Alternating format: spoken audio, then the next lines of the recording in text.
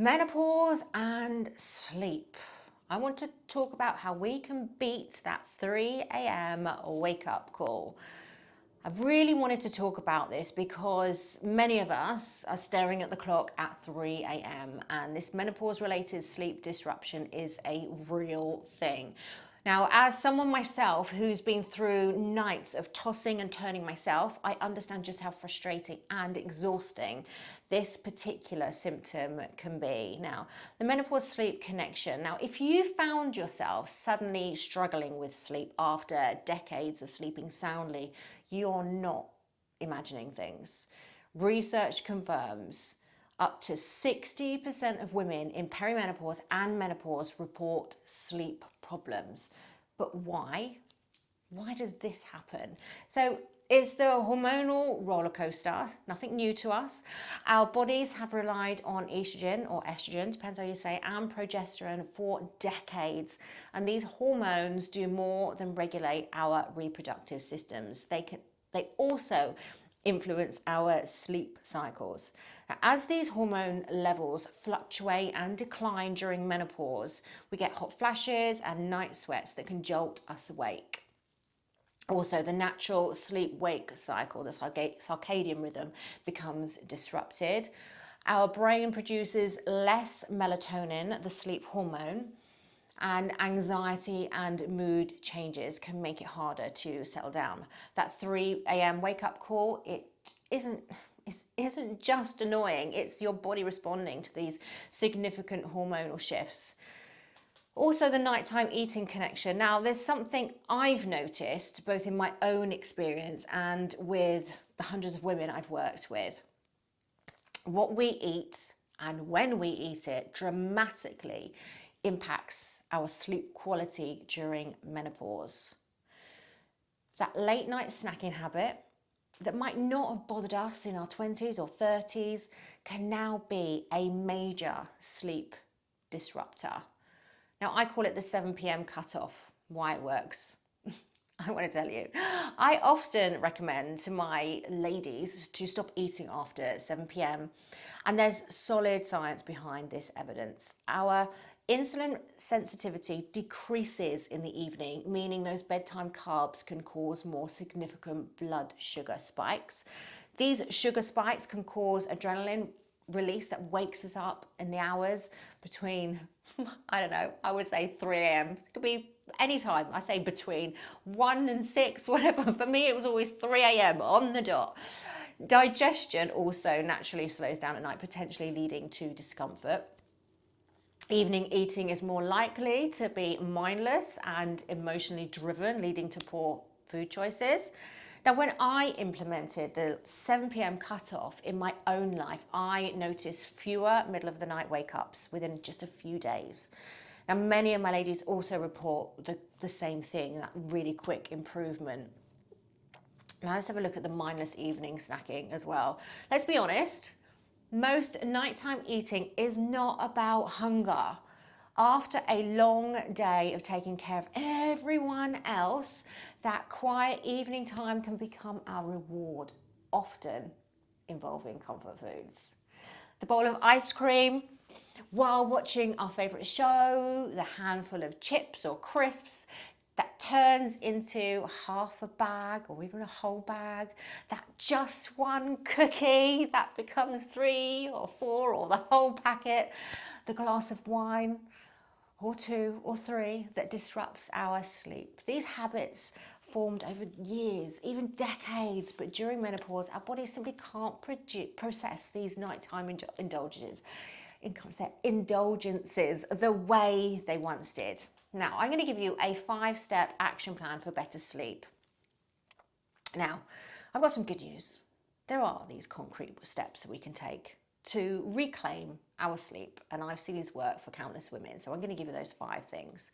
Number 1, establish a food cutoff time. Try the 7 p.m. rule. Finish your last meal or snack by 7 p.m. or if, that's my time. It might be different for you depending on your bedtime, but I would say 3 hours before bedtime. Now, if you're hungry later, I would say a small protein option like a few almonds is better than carbs. Try and herbal tea can satisfy the urge to consume something as well. Now remind yourself, this isn't about restriction, it's about better sleep. Number 2, create an evening wind down ritual. Replace that mindless eating with intentional relaxation. You could have like a 15-minute gentle stretching routine. I have one that you can have a look at, I'm sure. You can think about reading a physical book. Avoid screens, which suppresses melatonin. Journaling to clear your mind. I like to call it a brain dump. Get everything out of your brain. Perhaps a warm shower or bath to trigger the natural drop in the body temperature that signals sleep. Number 3, optimize your sleep environment. Make your bedroom a sleep sanctuary. Keep it cool, maybe I would say 65 to 68 degrees Fahrenheit or 18 to 20 degrees centigrade. That's ideal for menopausal women. Use breathable, moisture-wicking pajamas and bedding, and remove electronics and sources of blue light from the bedroom. Consider a weighted blanket perhaps, which many of my ladies find very helpful. Number 4, mind your daytime habits. What you do during the day affects your sleep at night. Get morning sunlight to regulate your circadian rhythm. Fit in one of my 15-minute workouts. Strength training improves your sleep quality, I promise you that. Limit your caffeine after midday and stay hydrated earlier in the day so you're not drinking too much before bed. Number 5, try my 3 a.m. rescue technique. If you still wake up, have this plan ready. Do not check the time. This is going to create anxiety. Practice the 4-7-8 breathing. Inhale for 4, hold for 7, exhale for 8. Visualize a calming place rather than worrying about being awake. If you're not asleep within 20 minutes, just get up briefly and do something boring in dim light before trying again. Now, supplements. I get asked about this a lot. What supplements can I take? Many women ask me, so I'm going to go through this with you now. Now, I always recommend talking to your doctor, your health care provider about these options as well, but I will just give you a few options myself. Remember, I'm not a doctor. But anyway, things that help me. Magnesium glycinate. This helps relax muscles and calm the nervous system. Melatonin, short-term use can help reset the sleep cycle. I took it for a short time and then I stopped. Ashwagandha may help manage your cortisol levels. Now, just remember, supplements should complement the lifestyle changes, not replace them, okay? So make sure you do the other stuff first.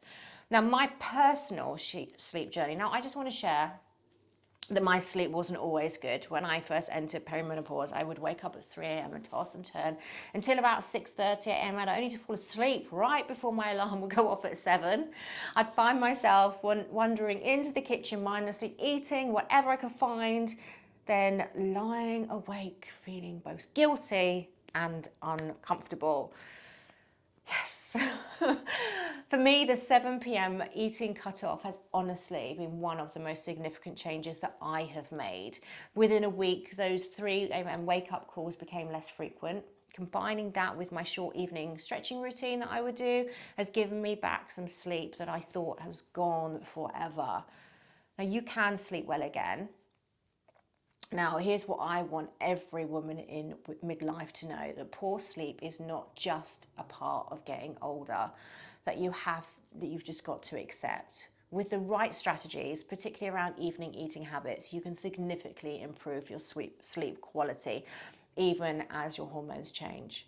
Now, in our Midlife Mayhem Club, we track sleep improvements as diligently as we track our fitness gains, because they're equally important to your overall well-being. So we talk about this a lot. Many members report that better sleep was actually the first noticeable benefit they experienced after implementing these changes.